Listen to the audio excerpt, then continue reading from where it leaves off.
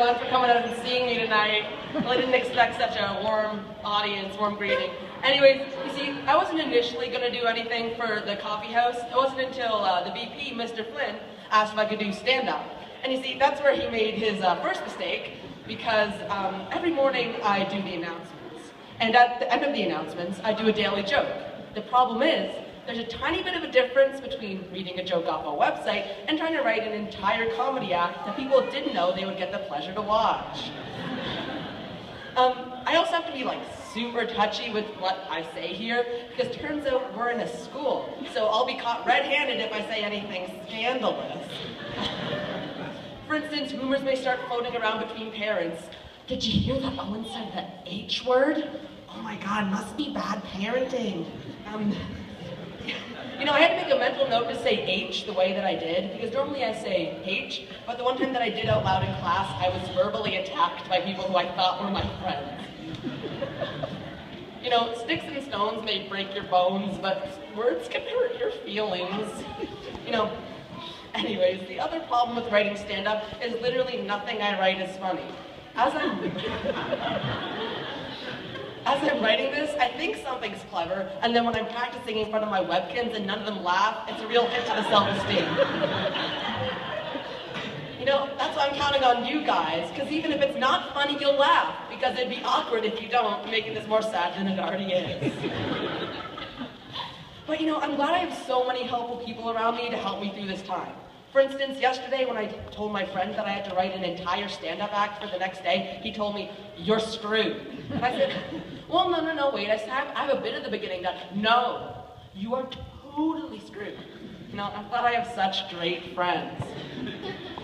You know, one of the teachers even said that I could poke fun at them if I had brought a cookie for them, which would be great if I hadn't mowed through an entire box yesterday writing this. Speaking of cookies, and food just in general, why does everything that tastes good have so many calories? I used to make fun of my parents, aunts, and uncles when they would say, you know, next week is my week. I binged a bit this week, but you know, I deserve to treat myself. But they knew that they were lying. The sad thing is that I find myself saying that every week now. I'm kind of running into a brick wall here, because turns out it's really hard to think of original jokes, because most comedians have a tragic backstory that they can play off of. For instance, when I was 4 years old, my entire family died in a gas explosion, but you know, it was a blast, but I mean, the worst thing that's happened to me recently is the flu, and I mean, it's not even funny, because as a kid, missing school is great, but instead of being welcomed back with, I hope you're doing betters, now I'm welcomed back with a mountain of work that I have to do the next day. I didn't ask for that. You know, I would have left to the last minute anyways, like this stand-up performance, but it would have at least been nice for them to ask if I wanted an extra day to work on it. But you know, the teachers here are great. They're really great. I forgot to bring the cookies. You know, I can see some of my classmates out there in the audience, woohoo. But I know they aren't laughing at my jokes because they're laughing at me. Notice how I called them classmates, not friends. But they do start some great conversation though. Just the other day, one of them asked me, if I could have any superpower in the world, what would it be? I said, Cold War Russia. Is it a superpower? Okay, sorry. I like that one. So when writing this, I actually looked for inspiration in a couple of people, one of them being Amy Schumer. So I actually stole that last joke. Maybe not.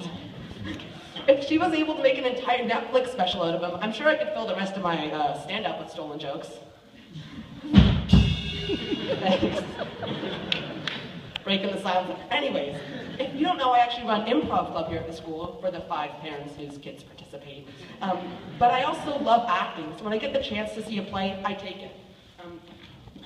So when I heard that there was going to be an evening of XXX Roman plays at the Rebecca Cohen, I said, why not? Could be interesting. Turns out it was just 30 plays. Really adding to it, thank you. So we're doing chemistry and science, and with that we're learning about the periodic table. Now you're probably wondering, what the heck is that?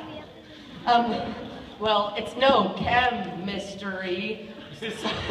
So now I'm going to close with a trick that I learned. I'm going to recite the entire periodic table. Okay. Hydrogen, helium, lithium, beryllium, boron, carbon, nitrogen, oxygen! That was the element of surprise. Thanks, everyone.